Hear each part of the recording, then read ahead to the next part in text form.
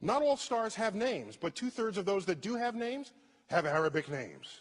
There we go. Okay? There they go.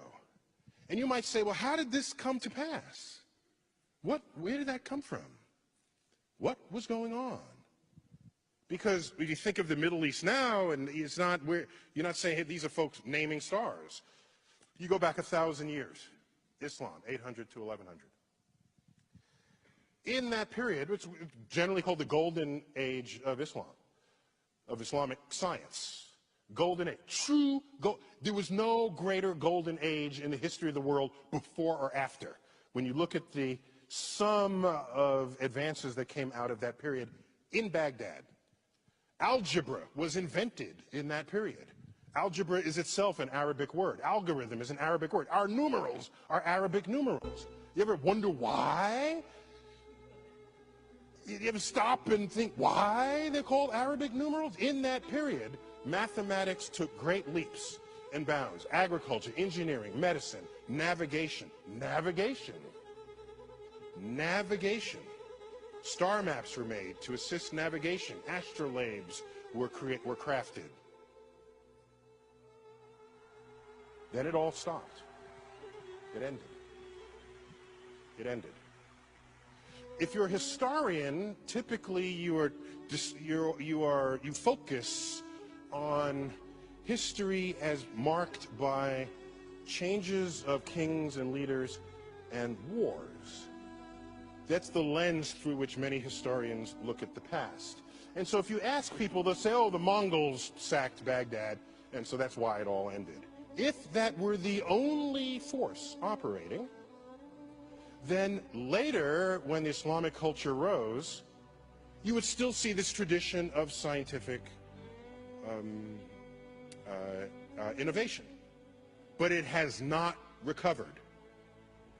It has not come back at all. Math is the language of the universe. If you take that out of your personal equation, you no longer contribute to the advance of human understanding of that universe. And that absence of Muslim presence in the frontier of science persists to this day. Take a look at the Nobel Prize from 1900 to 2010. I can do this for the Jews, for example. How many Jews in the world? There's like 15 million tops, 15 million out of 7 billion people. These are the numbers of Jews who have won the Nobel Prize in the sciences. 25% of the Nobel Prizes.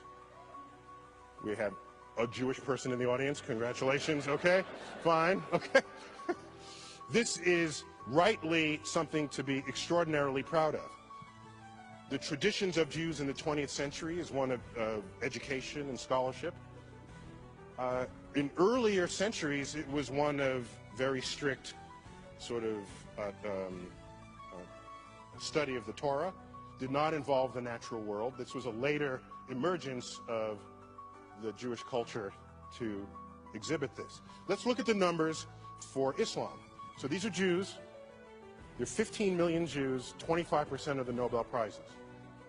There's 1.3 billion Muslims in the world. These are the numbers. 2.5.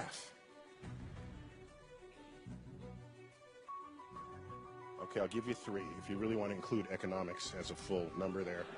Okay? If you got to give it a full number, okay, okay. I lose sleep at night with the question, how many secrets of the universe lay undiscovered, because 1.3 billion people who in an ancestral time would have participated in this enterprise and are now not. That's what I think of as a scientist. Whole populations. By the way, there are other populations that never contributed. I'm not going to them and blaming them. I'm talking about a population that already did contribute. It's in the cultural heritage already. All we're asking is to resurrect it. It has not happened.